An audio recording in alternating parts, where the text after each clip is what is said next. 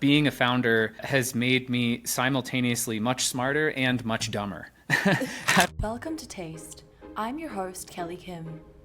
Every week, I give you a taste of the on-chain future via yummy conversations with seriously on-chain builders. On this pod, we have Jonny Mack, the co-founder and CEO of Hypersub, a.k.a. the Mac Daddy of memes on the Purple app. We start the convo off with Jonny's story as a designer. Then we get personal, talking about surfing, jiu-jitsu, and even masochism. If you know, you know. From there, we tap out and discuss the current state of crypto and the need for innovation. Finally, we talk about Hypersub, a platform that allows creators to establish a direct economic relationship with their fans. And by the way, Taste now has its very own Hypersub. At just 0.004 ETH a month, you'll get every single podcast episode dropped straight into your wallet for free. You get first dibs on partner deals, priority access to IRL events, and more. Simply search The Chef's Circle on hypersub.withfabric.xyz, connect your wallet, subscribe, and voila. Bon appetit. Jonny Mack, the king of memes on Farcaster, and also the founder of Hypersub and Fabric. Those two are related, but I found you because of all the stuff you're doing with Hypersub in the Farcaster ecosystem specifically and beyond. But how are you today? I'm so glad that you're on the pod. Thanks so much for having me. It's a good day. I'm doing okay. We've got a lot of stuff on our plate, so I think we're feeling a lot of pressure to get it out as fast as possible. And to be honest, I think that probably never goes away. So that's how I am, under pressure. Under pressure, like that song, like under yeah, pressure. Exactly. Yeah. All right, let's kick off the pod with something that will surprise people. Tell us something that not many people know about you and who you are. I know that you said yourself, you're quite the open book, which is great to build your public persona, but yeah, give us a shocker fact. So I was going to say, this one I was like, God, I don't know how to answer this, but I'll say I'm from San Diego. I think probably a lot of people don't know that. I grew up surfing. And then the other thing I thought of is I'm a blue belt in jiu-jitsu. So that's like advanced beginner, basically. Wow. Remind me not to cross you. I've heard there are a lot of sharks in San Diego. Have you ever seen one? Yeah, I've been diving and have seen seven gills. There's, I guess, recently an uptick in attacks, like with white shark attacks, I've heard. But I've never seen a white shark, only seven gills, and they're not aggressive. Oh, nice. It's shocking when you see them, but it's like you're not really in danger. Okay, that's good. Yeah, surfing is like one of those sports. It's just, it looks easy. If you think about it, it's a very romantic sport. Like, you're like, yeah, I'm going to go surf at the beach. And then you I've taken a couple of lessons. I'm a good swimmer, but when I'm surfing, I feel like this is the washing machine of life that I can never get over this sensation. Yeah, I think that's well said. Like, the funny thing about surfing is that it kind of kicks the shit out of you, and you have to really want to do it in order to do it well. And I think there's like a category of things like that. Skateboarding is a little bit like that. Jiu-jitsu is like that. That just kind of beat you up. They don't come easily. Whereas if you compare that to, say, like riding a bike, you can kind of hop on a bike and rip around. Like the city bikes, I was just in New York recently and I was riding those city bikes around and I was like, oh, this is so fun, you know? And you can pick it up like really fast, like weaving in and out of traffic, and you catch on really quickly. And some things are like that, and other things like really require a lot of patience, and like the learning curve is extremely steep and sometimes painful.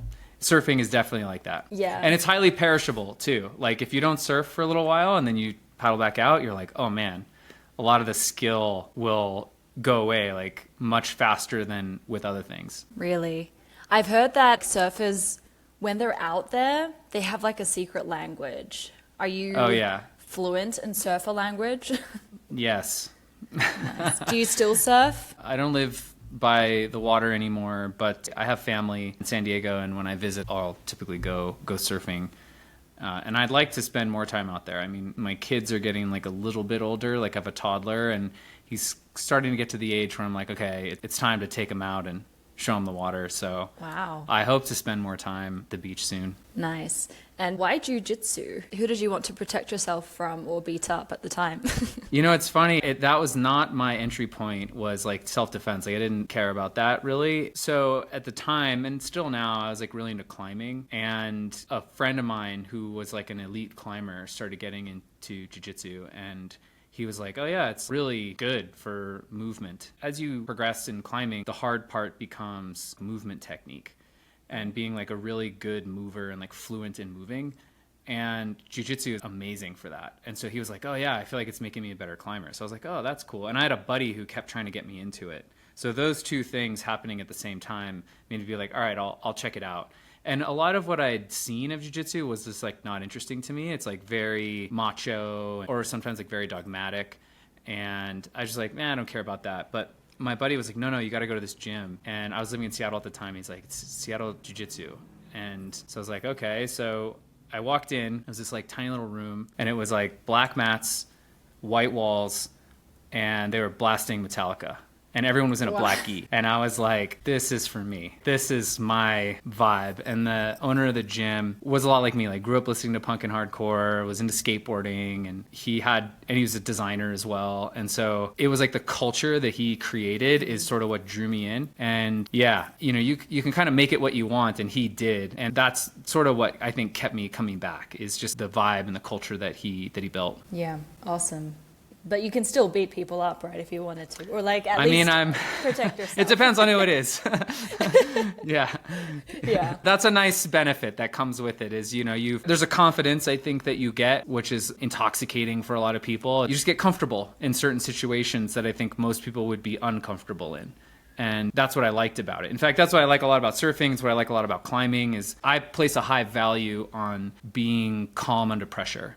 And it's something I try to do with my work and just get better at. And I find that like it's one of those things that you can't just decide that you're going to get better and get better. You have to kind of put yourself in those situations repeatedly over time. And it's almost like the repetition is how you acquire the skill. Yeah, for sure. And I feel like a lot of high performing, or at least like very people who have balls to just do stuff and innovate. If you look at their lives outside of their usual like 9 to 5 or their like work, they do hardcore things. Like they will push themselves to the limit physically, make sure they're in the most like, I don't know, like I feel like they're kind of borderline masochistic. They put themselves in these like really painful, uncomfortable situations that the regular logical mind, why would you do this to yourself? But at the end of the day, it's so character building. It teaches you so many different things. Yeah. And, you know, in terms of like even excelling at what you do in your professional life, right? Yeah. My co-founder a couple years ago told me, he was like, oh, you're a masochist. And I was like,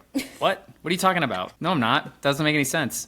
And he was like, dude, you're a masochist. Like, look at what you do for fun. It's all just pain and suffering.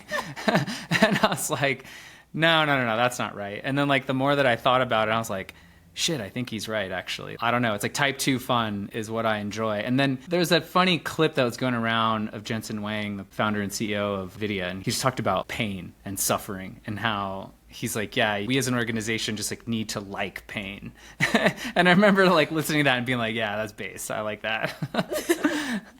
No pain, no gain. So, yeah.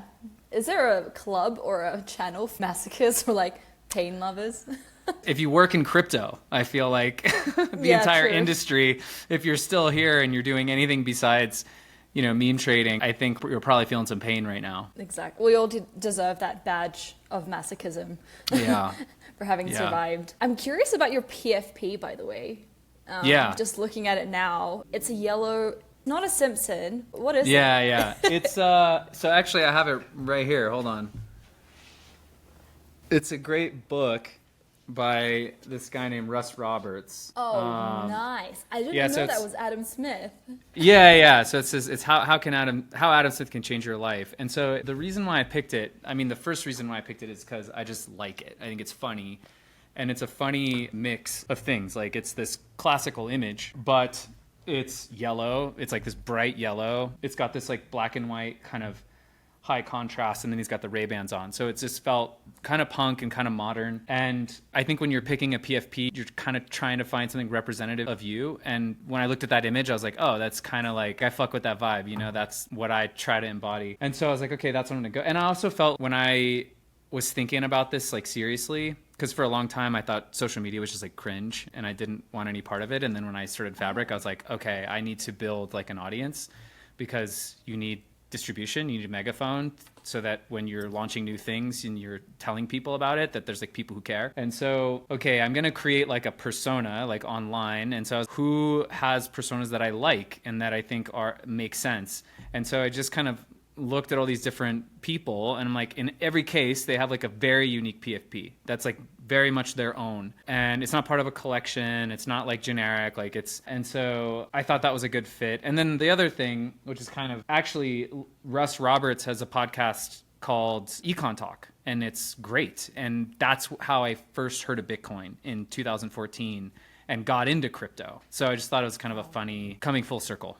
So that's the PFP story. I like it. And now actually people are reading this because of this. Yeah, a couple folks have, like Drew Kaufman from Base has picked up a copy and read it, and I think one or two other people have as well. So if I can help spread the gospel of Adam Smith, then I feel like I'm doing good. Is that your favorite book on your shelf behind you? You've got a lot of books there.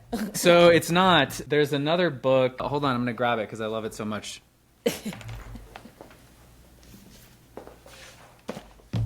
So this is by an author named Christopher Alexander, and this is called The Timeless Way of Building. And it's beautiful. It's beautifully printed. The typography is gorgeous. He's got these black and white images in here of like buildings, and I don't know, and nature. And he talks a lot about like the design of physical space and the built environment and how to design things in a way that's very human. And it's just a beautiful, poetic, inspiring book. And he's famous for a book called A Pattern Language, which is this like really thick book. It's also very good, but it's just like this series of building patterns. And then this was the book that he wrote before that. And I think for anyone who builds anything, like I gave this to a buddy of mine who builds houses, and it like blew his mind. He was like, oh my God, this book is just incredible. And I've also given it to like software engineers, designers, and in all cases, it just like rocks people's world in terms of how it frames the process of designing and building things. And yeah, I think if I could have like one book, you know, to read over and over again, it would probably be that one. The other series that made a big impact on my life, even though the author I think is a bit cringe now, is the Incerto series by Nassim Taleb. So he wrote Fooled by Randomness, Black Swan, Anti-Fragile, and the Bed of Procrustes. And that series, those 4 books, are so good. Also unique in their format. They're funny, they're profound, they're insightful, they're like really, really good books. But yeah, the author, I think, he was very pro-crypto and he was very anti-crypto. He's a very polarizing figure, but the books, I think, stand on their own. Okay, I love it. How many books do you read a year? Do you have a goal? Well, I used to. I'm embarrassed to say that I don't really read any books anymore. Casted about this a while ago, which is I said, being a founder has made me simultaneously much smarter and much dumber. I was like, it's smarter because I'm having to fire on a lot more cylinders than I used to. I'm learning about all different kinds of jobs, not just one. I'm responsible for other people and for product and process and all this stuff. And it's really forcing me to get better. And it's made me dumber because I don't know about anything anymore. Like, I don't really read the news. I don't have as much social time. Probably read like maybe 20 or 30 books a year. But I don't read anymore at all, unless it's like online and directly related to what I'm doing. And so, yeah, I started a number of books this past year, but I find it really, really hard to get through them. Like, my tolerance for anything that isn't just like really, really information dense is very low. So like once I start to encounter like the fluff in a book, I'm like, I just kind of put it down and don't pick it back up. So I would like to change that, but it's tough. I feel like you need good downtime. And that's something as a founder, you just don't get a lot of, you know, like if you're not actively working on your company, you're actively thinking about it. And so having the like mental kind of psychic break to be like, okay, just gonna spend the afternoon like reading. It's rare. And I think it's also that plus being a parent, you know, is also like the combination of those two things is basically like reading is just It's just like a pastime at this point. Goals. I really, really respect founders with kids, let alone like toddlers. They're both full-time jobs that occupy a lot of physical, emotional, mental space. So what's your secret? Like, how has it been so far? Well, I mean, to be honest, I think the secret is a good partner There who we go. like does a lot of the work. That's huge. I think without that, I wouldn't be able to do it. Like pretty much plain and simple. So having that, and then we have a nanny, and Yeah. she's also amazing. So that's like 2 full-time jobs right there. So that helps me to focus on Fabric and then have like time on nights and weekends with my kids. But there's like really funny memes about this. There's like these really funny like mom meme accounts, and one of the kind of tropes is like the dad with the kid. If you go through the airport and the dad is like holding the kid, everyone's like, oh, that's so cute, he's such a great father. And then if it's the mom, everyone's like annoyed. And so yeah, I think I'm able to do what I do because of that support. Let's go, moms. The best. Yeah, exactly. Exactly. Let's move on to Fabric. Actually, Yeah. maybe kind of how you got started with Fabric. When did you, I know you're a designer, when did you first discover your love for design and like kind of decide that this is what I want to do? And then from there, like how did you transition into crypto / Yeah. like new internet stuff? Yeah. I'm curious. Cool. Yeah. So I discovered design when I was pretty young. I think I was probably like 15, something like that. And it was through music. It was through punk and hardcore bands and making flyers, making zines, screen printing t-shirts, that sort of thing. So I didn't realize that that was called graphic design until I was like well into doing it. And fell in love with it. I was like, oh, this is the best. Like, I just really liked it. I enjoyed doing it and saw like, okay, I could do this for my job. And so I wanted to study that in high school, but wasn't able to just because it wasn't offered. And so I dropped out of high school, and then I enrolled in like a homeschool so that I could still technically be enrolled in high school. And then what I did is was able to get into the local community college when I was 16, and then took a bunch of design classes. And then from there ended up just dropping out of high school and going to work first at a print shop as a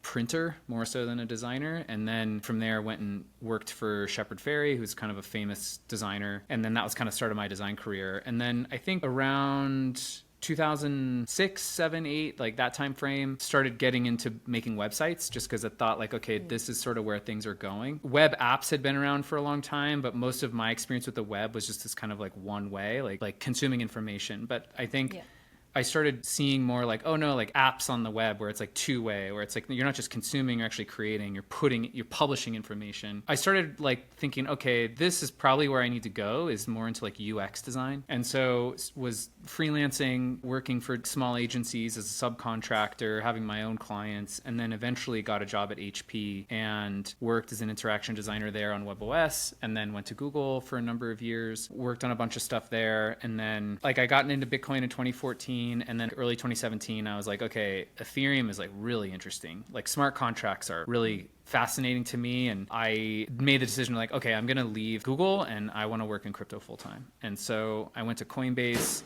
I freelanced for a number of crypto startups. And I like knew I wanted to start my own company, but I didn't know what it should be. And so I just was like, you know what, I'm going to sit tight. I'm going to just work for other people. I'm going to learn as much as I can. And I'm going to noodle on my own ideas kind of on nights and weekends. And then, you know, once I find something that I really have that conviction in, which I think is like the first requirement for any founder, I was like, okay, that's when I'll make the jump. And so I think it was right around the time that DAOs started to get really big. And there was like all this enthusiasm around that I was like, oh, okay, this is fascinating, because it was a word, it was like an idea that we were using to describe this intersection of capitalism and communism. This idea that you can have a bunch of people putting resources together, but then sharing in the upside of that. And I just find that intensely fascinating still to this day. And really, I would say it's kind of what Fabric is all about, is figuring out new ways to do that. So yeah, that was kind of the journey. I think crypto's an interesting place now. It really feels kind of culturally irrelevant to me. And I think a little stagnant. Like my sense, especially the past couple of months, is it just doesn't feel like there's a lot of movement. No one really knows what to do. And so Yeah, I think we're still just very passionate about this idea and still hacking on it and building, product in support of this. And so we're going to keep doing that. What do you think has made the industry go kind of stagnant? Because from where I am, there's so many new exciting social, like on-chain social experiments, maybe not so much like the art side or like even DAOs. I feel like they're not as hot as they used to be. But is it the bear market, or is it just that people are like, this is not new anymore, let's go to AI? What's your take on that? I don't know. I've been wondering this myself. I mean, my current best answer is it's just like the lack of market forces. Like, I think markets pull product out of teams. They pull performance out of people. And, people rise to the occasion when there's clear market demand. And I just don't think there's much market activity happening in crypto. I think most of what we're seeing are money games, like very short-term money games around meme coins and variants of like bonding curves and stuff. But a lot of it's just like gambling. And gambling is great. Gambling is fun. It's entertaining. And places like Las Vegas and Macau, and they exist for a reason, and that they're great. I think you just need more of that. You're not going to see culture emerge from inside a casino. And so if you care about that or you're interested in that, I think you have to find something new. And I think Farcaster has had that kind of seed of a scene, of an emerging culture.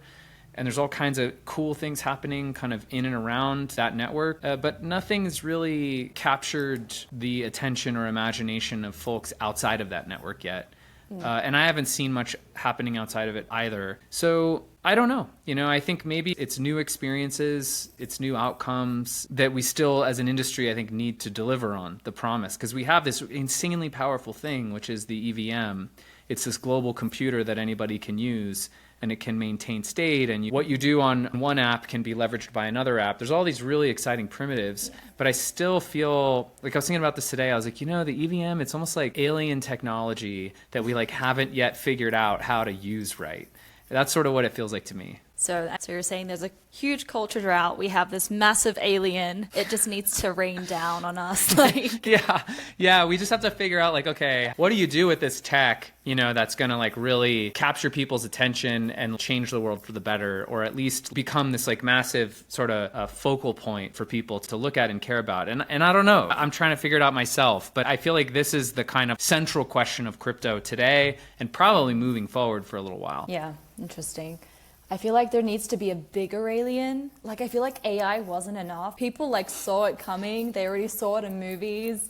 So there needs to be something else that, when the masses look at it, they're like, oh yeah, crypto is pretty normal. Why don't we give it a shot? Yeah. Yeah, right. It's not so out there anymore because there's some new thing that's pushed to the limits. Yeah. Yeah, maybe in order for it to pick up, you'll need kind of a bunch of different technologies converging at once. I mean, the internet is a good example of that. You needed a lot of things to happen at the same time, and for all of those things to kind of come together to form a unique experience. So you needed networks to emerge, you needed personal computers, you needed app developers, you needed all this stuff to kind of converge. The iPhone is actually another really good example. It was where it's up to that point, most touchscreens were capacitive touchscreens, and the glass wasn't good, and you couldn't get it in quantities, and the software was too slow. And so it was you needed all this stuff to kind of progress to a point where they could be combined to create a new experience. And it could very well be that crypto is a component piece of a larger thing that needs to happen. Maybe AI is also a component piece. I mean, these are all kind of very abstract questions. And I think part of what's both fun and challenging about being a founder is you're having to be in this quantum state of thought boy, abstract, and then also very much rooted in the here and now of what are we going to ship this week? Yeah, it's a hard job right now, I think, for founders because, I mean, like you said, there's lots of components in crypto that's not yet good enough, right? And then there's crypto as a whole is not good enough as a component in itself to create experiences that might be delightful or taste delightful enough for masses to use. One example being putting a twist, a crypto twist on subscriptions. And I like it. I like this direction we're all going in, but it seems like we're not quite there yet. But I believe in the people like kind of leading forward the innovations and culture. So whatever. Can you kind of like break down how Fabric and Hypersub are linked together? Like, what's the relationship between those two entities? Yeah, I mean, it's pretty simple. Like, Hypersub is a fabric. Wow, that was confusing. Let me start over. Hypersub is a product that was made by Fabric. So Fabric is the company, and Hypersub is just a product that we made, and then we continue to build. And there may be other products that we make in the future, but for now, we're pretty much focused on Hypersub exclusively. So that's the relationship. Cool. We should probably just rebrand everything to Hypersub, because that's the thing that's like gotten, traction, and we may do that, but for now it's just not my priority. What other products have you launched and built with Fabric? We made a crowdfunding protocol called CrowdFi. So it was basically like Kickstarter or GoFundMe, but it's on chain. And so it was not on a platform. It wasn't intermediated. It's just on chain. And the other novel piece is that money can flow in two directions. So rather than just like you as a contributor putting your money into a campaign and then that's the end of it, the creator of that campaign, if they deployed the money into something, revenue producing or profit producing, they could take a portion of that revenue or profit, put it back into the crowdfunding contract, and then all of the contributors would be able to withdraw in proportion to their contribution. So on a pro rata basis. And so it's kind of a cool way to be like, oh, if you put $100 into something and a bunch of other people do too, and then you fund something, yields profits, then you could share those profits with the people who made it happen.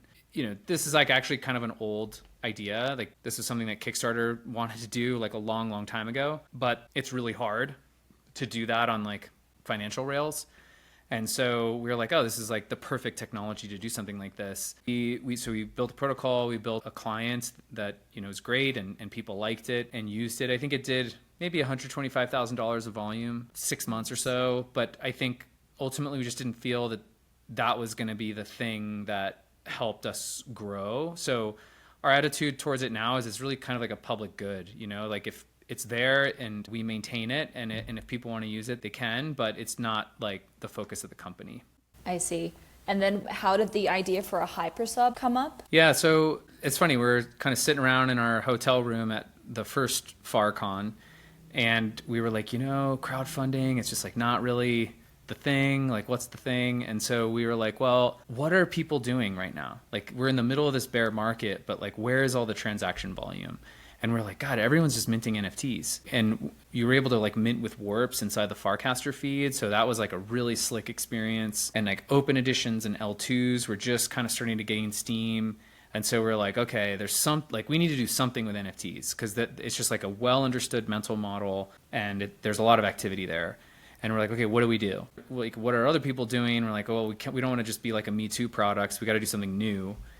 And so we kind of asked this question like, okay, what happens after you mint an NFT? It's like, well, nothing. You just kind of get it, and it just sort of sits there. And we're like, all right, well, one of the use cases we've seen is that people using these for like access passes or subscriptions, or just kind of putting some kind of boundary of time on them and say, if you have this NFT, I'm going to give you these things within this time frame. And we're like, that's a lot like a subscription, but it's kind of a hacked version of one. And so the other thing we're thinking a lot about is like the business models. In Web3, it's like, well, you've got minting NFTs and you've got buying ERC20 tokens. Those are the kind of two big primitives that have gotten adoption, and they're both discrete forms of value transfer. It's a one-time kind of exchange between consumer and creator, or buyer and seller, or whatever, and there's no recurring piece to it. But if you look at the web, like previous iteration of the internet and like these big Web 2 models, it's all subscriptions. It's either advertising or it's subscriptions, and the many billion-dollar businesses that are built on that. So we're like, that seems something that should exist in Web 3. So we started thinking about this idea of like money over time, particularly around NFTs. So we're like, what if you could kind of merge these two ideas of an NFT, but it's a subscription? It's like a pass. That was kind of the germ of the idea. And then Danny, my co-founder, was like, okay, I think I can make that work. And so like we were talking about this, and then we like boarded the flight, and basically in between, from the time he took off in Boston to like landing in California, he was like, okay, I got it working. Like Wow. I wrote a contract on the plane and like, I think this can work. And we're like, okay, cool. And so, yeah, I think it took us probably 2 more months, month and a half or so to like write the actual protocol and get it audited and do all of that. Yeah. And then we built Hypersub. And the funny thing about it is that it completely bombed. Like, I mean, the first few months, it just felt like we completely blew it. And we, Really?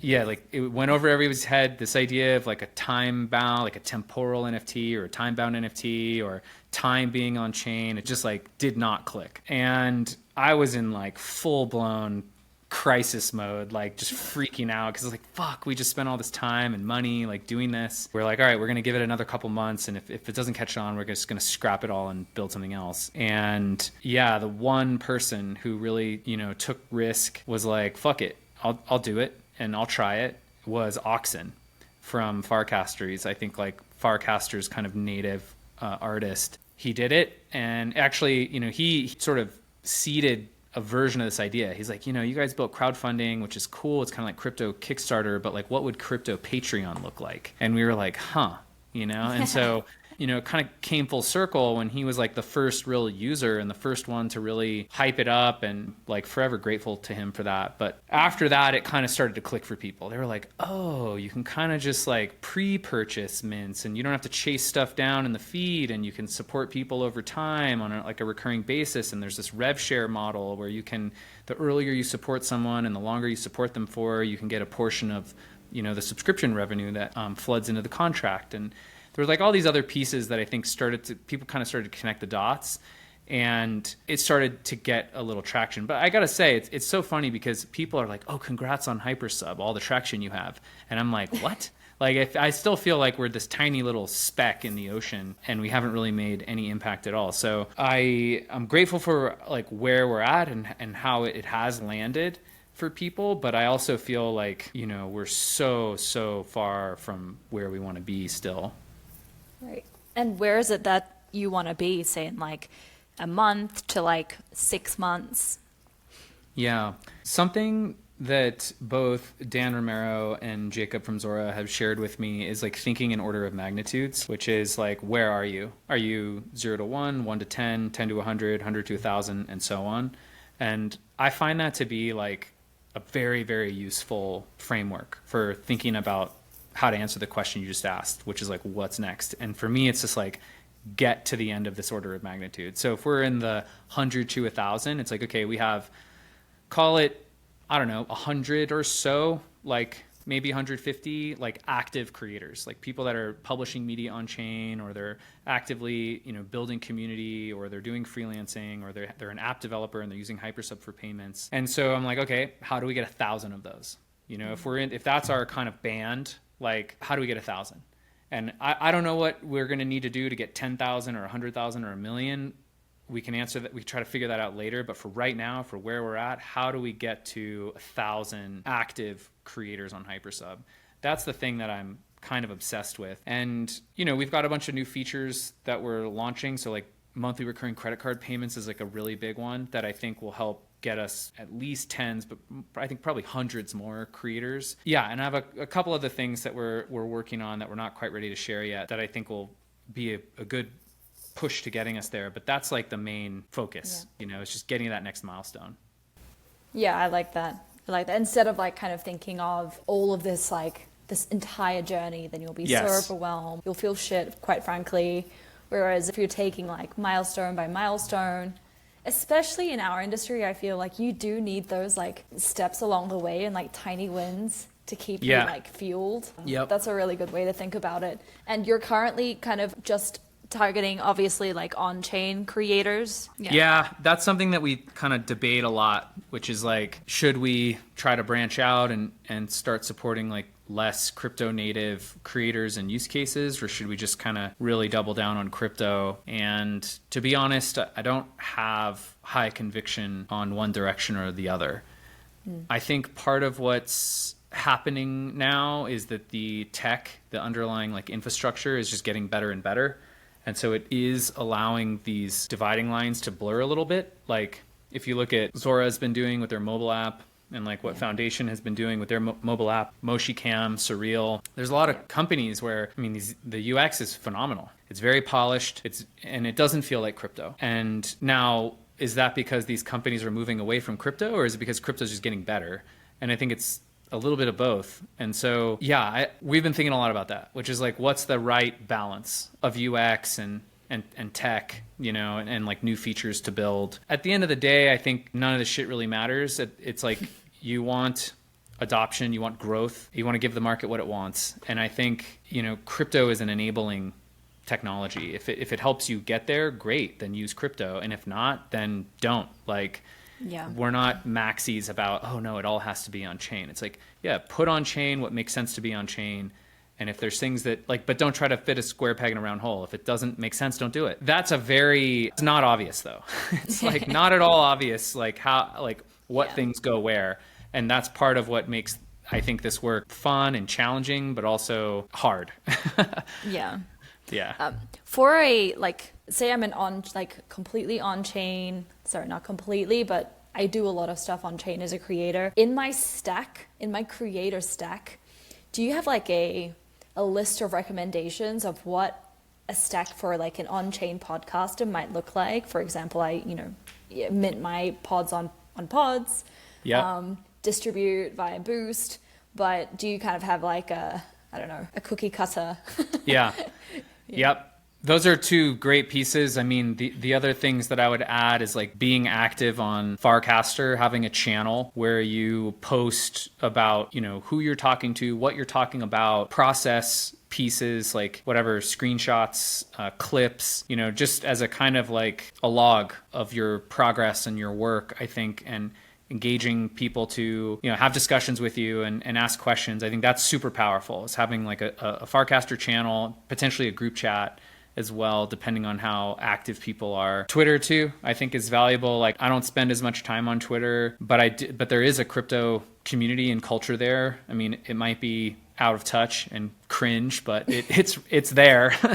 And I think it's probably still worth, engaging with. So I think those are two big pieces. Publishing on pods, I think, is great. Boost and Layer 3 are great. And then obviously, I think Hypersub is also kind of a powerful piece for both distribution, for revenue, and for audience building. That's what we've seen.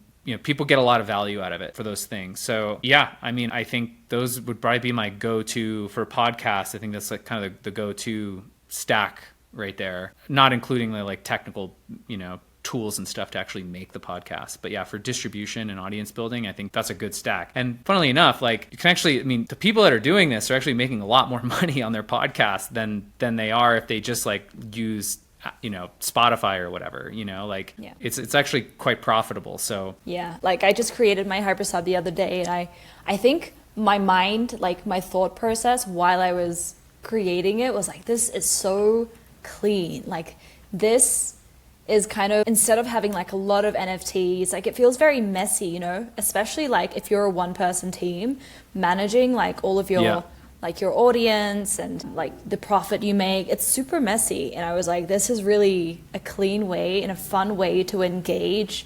And also, I guess, like profit from the content I create. So for anyone listening, if you're like thinking of launching anything, being a creator on chain, get a Hypersub and, leverage it to the best of your ability. Yeah. Awesome. That's a great endorsement. Thank you. I really appreciate that. I'll send you that $20 after we're done. Subscribe to my Hypersub. No, also the design. Like I'm a big like sucker for design. I really love beautiful, delightful UIs, and obviously as a designer yourself, with a bunch of experience, it's definitely one of the best out there. And I say that from my heart. So thank you. Really appreciate it. It means a lot. For any off-chain, creators, say I'm like big Patreon creator. Mm-hmm. What's kind of like your elevator pitch for Hypersub if you, I don't know, met them and they were curious? Yeah, I'm working on it. But I'd say the first thing that I'd say is that with Hypersub, you establish a direct economic relationship between yourself and your supporters, whereas on Patreon, that's mediated. So Patreon, Substack, basically any membership platform is effectively psyoping creators into believing that they own their audience. They don't. They don't actually, they get what those platforms decide to give them. And if those platforms decide to give them less, then they get less. That's not an ownership model at all. At best, you're leasing that data for as long as you choose to create on that platform. I'd say if owning the economic relationship, with your supporters is important to you, then you should be creating things on chain. You should be using Hypersub. The fact of the matter is, I don't think that's important to a lot of creators. I don't think they care about that. And so it then becomes more a question of content. So for example, if you look at, say, Substack, which is, I think, starting to build more membership features and such, and you look at Patreon, they're trying to kind of build this kitchen sink of features. They're like, okay, we've got group chats, we've got e-commerce, we've got podcasts, we've got video, we've got short form text, long form text. They're just trying to become as much of a kitchen sink as they possibly can. I think that's great. You want to have as many different ways for creators to express themselves and to connect with their audience as possible.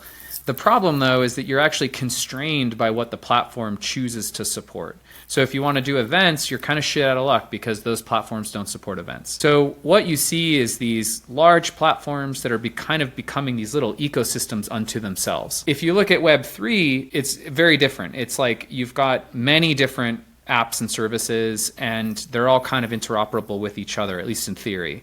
So for example, you can have a Hypersub, and then you can gate posts to your subscribers that are published on Paragraph, or you can do live streams on Bonfire, or you can do group chats in Telegram and Warpcast and Discord and others.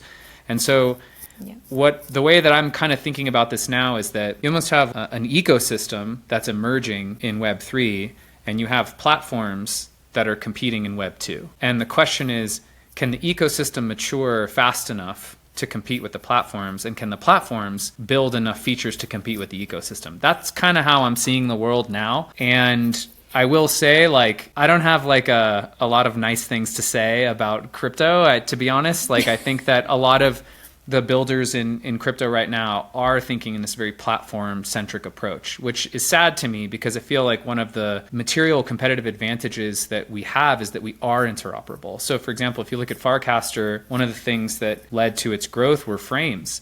And frames were just this very elegant, interoperable, innovation. And so I think that the more we as an industry and its founders can lean into interoperability, the more successful we're likely to be. It's the one thing we can do that Web 2 cannot do and does not do. And so I would like to see more of that, but I think it's very difficult to balance that with your short-term goals as a company. Yeah, I'd say there's a strong economic pitch to be made. I think with the content piece, it's a little bit more fuzzy. And that's why I said I'm working on it. I'm workshopping the pitch. This is going to be something that we start to spend a lot more time on, actually, is talking to creators outside of crypto, just to try to learn as much as we can about what we can be doing to meet their needs or fill in gaps that make Curly exist. Yeah, I've never thought of it that way. I really liked how you said it's platforms competing against each other, and then an ecosystem that's just helping each other grow. We should definitely be aiming for more of a full stack kitchen than a kitchen sink, so people can just get cooking, right? And that's why I also love this concept of eating or cooking or food. Hence, I also just I'm a glutton. It sucks, but I am. But I really do think that it can be really, really nourishing when you build tech that's for the benefit of, everyone. No one's just trying to bash each other down or, everyone's just trying to feed each other a communal kitchen. Yes, exactly. Yeah, it's funny, what's old is new again. I mean, this is a big part of the ethos of the early internet. And I feel like we're kind of rediscovering that after there's been all of this consolidation amongst big platforms. I think people are oh yeah, you know what? You actually do want variance. You do want data, to be open, and you want experiences to be interoperable. But we have a lot of work to do before we can deliver on that being actually a consumer level experience. That's the work. That's the opportunity, that's the risk, that's the challenge. That's the work. And the work is always, I guess, alleviated by fun. I do want to move on because you have a quite It's like a really impressive streak in memes. Are you the creator of this channel, by the way? So I'm not. Actually, the first, there were maybe like 20 channels, or no, it must have been more, maybe 50 channels or something like that. I can't remember, but Dan made them by himself. Like no one could make channels. He was just like, he would like have these casts like, what channel should we make next? And anyway, memes was one of the first ones. I had been posting memes since basically day one on Farcaster. And then I think at some point he was like, we're going to experiment with this idea of channel hosts. Like, do you want to be the memes host? And I'm like, yeah, obviously. And then when they went permissionless, he was like, any host basically became the owner. Right. Yeah. Just posting memes to like posting memes in the meme channel to being the memes host to being the memes channel owner. Wow. That's the ladder of Farcaster right there. You want to climb that ladder? That's how you do it. Yeah. Where do you get your memes from? You know, you have like a unlimited repo where you just pull from. I cannot comment. No comment. It's a magician never reveals his secrets. Exactly. So this is kind of my joke. I don't reveal my sources or my methods, so I don't. Okay. I keep it a secret. I like that. You know, on that topic, I did pull a few of the memes that you've posted in the memes channel. This is for the corner called Explain Yourself. Usually, I will pick and choose like posts, like Twitter, like posts or casts. But in your case, I mean, this is like the perfect opportunity. Why not choose some memes? So what I'll do is I'll screen share. It's getting a little dark. Hold on. Let me just turn my light on because I'll be right back.